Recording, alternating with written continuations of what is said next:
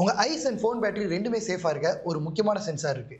அதுதான் ambient light sensor. இது சரௌண்டிங்ல இருக்க லைட்டோட இன்டென்சிட்டி பொறுத்து உங்க ஸ்கிரீனோட பிரைட்னஸை அட்ஜஸ்ட் பண்ணும். இந்த சென்சார்ல photo diode or photo transistor அப்படிங்கிற செமிகண்டக்டர் மெட்டீரியல் இருக்கும்.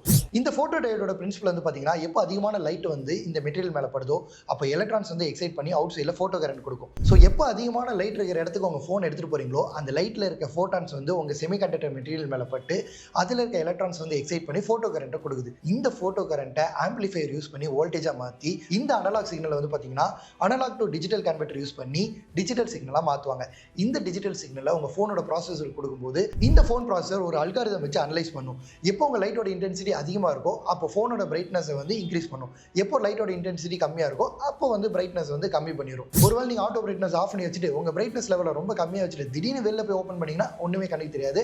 அதே நேரத்தில் அதிகமாக வச்சுட்டு டார்க்கான ரூமில் திறந்தீங்கன்னா வெளிச்ச பளிர்னு மூஞ்சிக்கு மேலே அடிக்கும். இந்த ஆட்டோ பிரைட்னஸ் மூலியமா உங்க ஐஸோட ஸ்ட்ரெயினையும் குறைக்குது, உங்க பேட்டரியோட லைஃபையுமே இம்ப்ரூவ் பண்ணுது. இதே மாதிரி இன்னும் நிறைய டெக்னிக்கலான கண்டென்ட்டுக்கு டெக் பேக்கை ஃபாலோ பண்ணிக்கோங்க.